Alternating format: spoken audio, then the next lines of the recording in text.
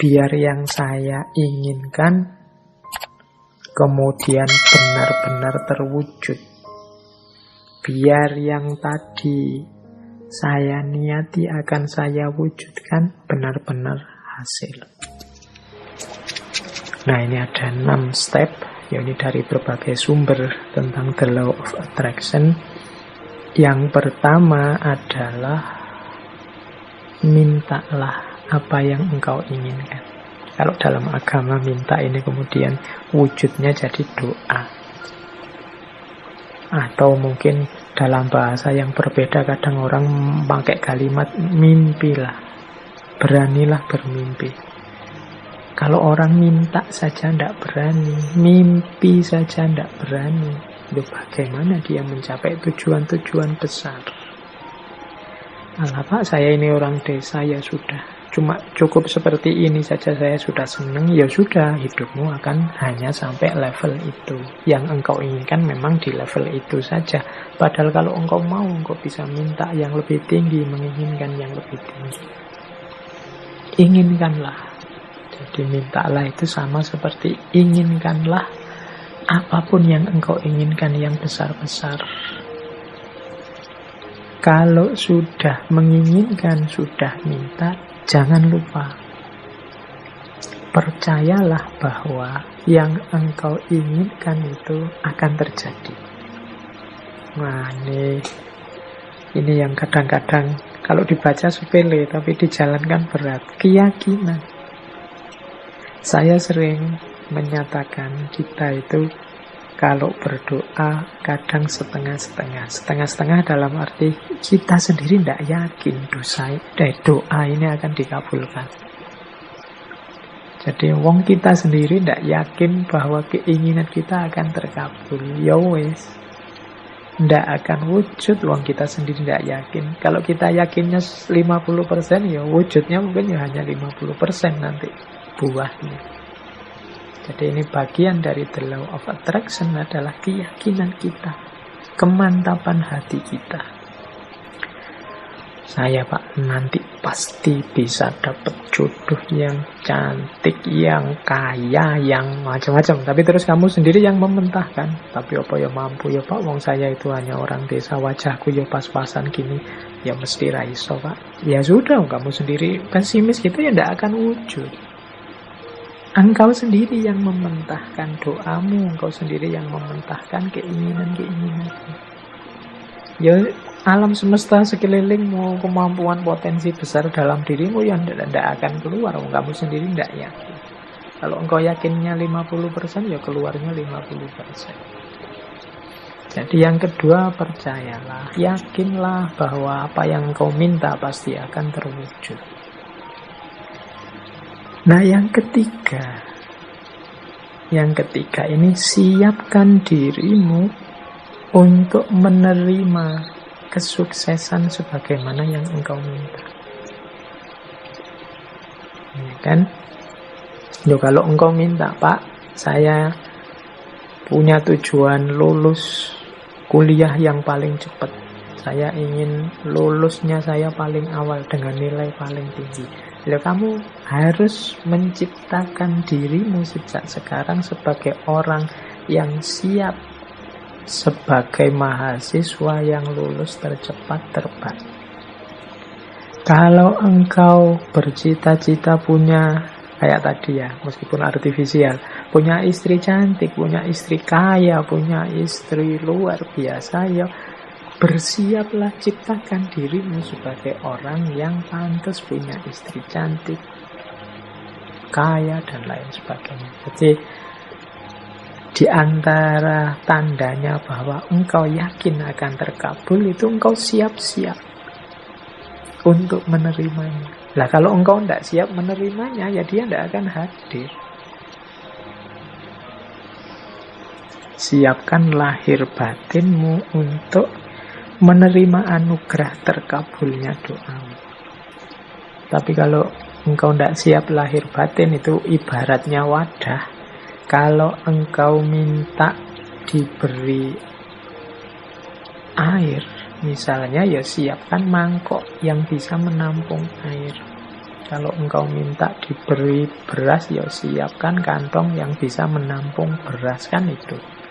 Nah, kalau engkau tidak siapkan kantongnya, tidak siapkan mangkoknya, air dan beras itu mau ditaruh di mana, ya dia akan lewat begitu saja dalam hidup. Jadi yang ketiga, siapkan dirimu untuk menerima. Mungkin engkau pernah berdoa, sebenarnya doamu itu kabul, tapi engkau tidak siap menerima, sehingga anugerah itu lewat begitu saja. Teman-teman mungkin pernah dengar cerita atau membaca cerita ya, satu ketika ada banjir, kemudian ada orang yang naik ke atas genteng menunggu datangnya pertolongan. Dia berdoa, ya Allah, semoga selamatkanlah aku dari banjir ini. Kemudian tiba-tiba datang tim SAR membawa perangkat untuk penyelamatan. Dia mau menyelamatkan dia tidak mau. Tidak, saya menunggu Allah langsung yang menyelamatkan saya, bukan tim SAR. Silakan lewat saja. Kemudian tim SAR lewat begitu saja, wong dia tidak mau. Sampai hari berikutnya juga begitu. Tim SAR balik lagi, dia tetap tidak mau. Menunggu langsung pertolongannya Allah. Akhirnya dia meninggal. Wong yo tidak cepat-cepat ditulungi. Nah, begitu sampai di akhirat, dia protes sama Allah. Ya Allah, saya berdoa loh untuk meminta pertolonganmu. Wong aku ini orang soleh. Kok engkau tidak datang-datang menolongku? Terus Allah jawab, lah, aku kirimkan tim SAR pertama, tim SAR kedua, tim SAR ketiga. Itulah mbok anggap pertolongan dari siapa?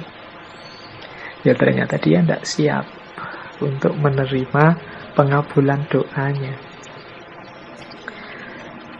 Baik, yaitu ilustrasi kasarnya. Yang ketiga, bersiaplah tadi yang menerima terkabulnya doa. Jadi yakin, percaya, dan siap. Yang keempat, kalau bahasanya the law of attraction, visualisasikan. Jadi untuk mendukung semua itu, hidupkan dalam pikiranmu, hidupkan dalam imajinasimu, hidupkan dalam batinmu. Ketika doa itu dikabulkan terus menerus. Jadi bayangkan keberhasilan itu dalam pikiranmu. Jadi ini untuk membantu fokus tadi. Kalau dalam agama seandainya berdoa, ya untuk membantu biar doanya lebih mantap sepenuh hati. Itu hadirkan keberhasilan yang engkau inginkan dalam pikiranmu, dalam imajinasimu. Terus yang kelima, jadi visualisasikan. Yang kelima, bersyukurlah terhadap apa yang engkau miliki saat ini. Nah, yang kelima ini sehubungan dengan situasimu saat ini, syukurilah. Kalau bahasanya agama, kalau engkau bersyukur, ya nanti akan ditambah. La in syakartum la azidannakum. Jadi kalau engkau bersyukur, aku tambah. Orang yang menerima situasi hari ini adalah orang yang siap untuk menerima anugerah selanjutnya. Tapi orang yang tidak terima situasi hari ini, ya dia tidak akan bisa menerima anugerah selanjutnya. Wong dia masih belum puas dengan situasi hari ini. Berarti dia kan masih sibuk dengan yang saat ini. Hidup itu kan, kalau bahasa Al-Quran, fa'idha farohta fansob, kalau sudah tuntas ini ganti yang selanjutnya. Kalau kita sudah puas dengan yang sekarang, berarti kita siap menjemput yang selanjutnya. Kalau kita menerima anugerah-anugerah hari ini, berarti kita siap untuk ditambah lagi anugerah selanjutnya. Kalau kita masih belum puas dengan yang sekarang, ya tidak akan ditambah, wong kita belum puas. Yang sekarang berarti belum beres. Masih kita keluhkan, masih kita komplain, masih kita protes. Jadi yang kelima, jadilah pribadi yang bersyukur. Jadi pribadi yang tidak mudah mengeluh, pribadi yang tidak komplain melulu. Jadi saya terima ya Allah situasi hari ini. Mungkin ini karena perbuatan-perbuatanku. Mungkin ada yang baik, ada yang buruk tadi ya. The law of cause and effect itu. Saya syukuri yang baik-baik. Dan aku mohon selanjutnya berikan aku. Nah, itu namanya siap menerima anugerah selanjutnya. Dan yang terakhir, untuk mencapai tujuan dari yang kita inginkan, menurut the law of attraction tadi, rencanakan dan usahakan langkah-langkah untuk menarik apa yang engkau inginkan. Orang yang pikirannya fokus pada keinginannya, sangat serius pada cita-citanya, itu pasti dia tidak diam saja. Jadi kelihatan. Jadi bukan orang yang minta terus tidur. Jadi dia minta, kalau memang benar-benar ingin terwujud, ya dia akan punya aksi-aksi, punya tindakan-tindakan, baik tindakan-tindakan untuk mewujudkan maupun tindakan-tindakan untuk bersiap menerima hasilnya. Jadi di yang terakhir ini sebenarnya sifatnya otomatis. Kalau kita sedang sangat cinta dengan seseorang misalnya, itu tanpa disuruh kan kita akan melakukan banyak hal untuk meraih cintanya. Ini sudah otomatis. Tapi kalau kita tidak terlalu cinta atau setengah-setengah, ya mungkin tidak terlalu serius juga melakukan sesuatu untuk mendapatkan cintanya. Jadi logikanya seperti itu. Kalau kita memang cinta sama Allah, tidak perlu diperingatkan tiap hari, tidak perlu diancam-ancam dengan neraka, tidak perlu diiming-imingi dengan surga. Engkau pasti sudah selalu ingin dekat dengan Allah, melakukan aktivitas apapun yang membuatmu dekat dengan Allah. Ini otomatis.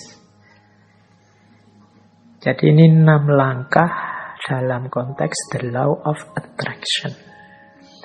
Mintalah apa yang engkau inginkan, percayalah bahwa yang engkau inginkan pasti nanti akan terwujud. Persiapkan dirimu untuk mendapatkan apa yang engkau inginkan.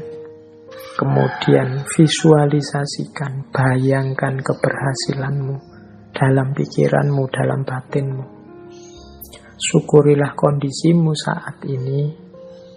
Upayakan sejauh kemampuanmu untuk mewujudkan keinginanmu.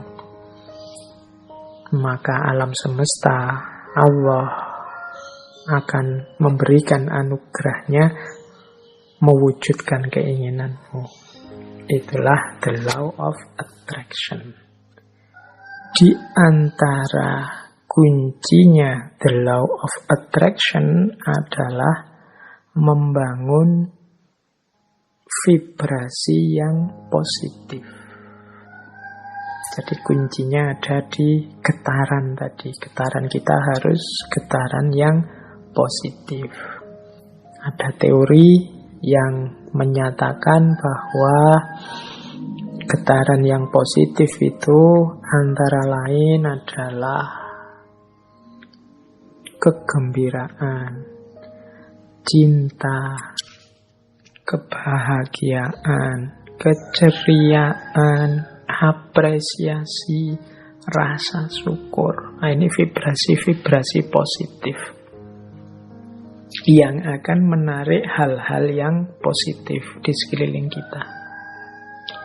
Kalau teman-teman merasa hidupku ini kok surem terus ya, hidupku ini rasanya kok sumpek terus, hidupku ini rasanya kok gelisah terus, jangan-jangan memang kita sendiri yang membangun energi, membangun vibrasi getaran yang negatif. Getaran negatif itu kemarahan, kekecewaan, frustasi, rasa bersalah, rasa tersakiti, ketakutan, dan lain sebagainya. Itu vibrasi yang negatif. Kalau kita tiap hari diri kita isinya ini saja, ya getaran kita getaran yang negatif dan akan mengundang juga hal-hal yang negatif. Seperti saya contohkan tadi, ketakutan-ketakutan kita ya akan mengundang hadirnya apa yang kita takuti. Demikian juga frustasi, kekecewaan, kemarahan, ini hal-hal yang negatif, menciptakan getaran yang negatif, mengundang kenegatifan yang sama ke sekeliling kita.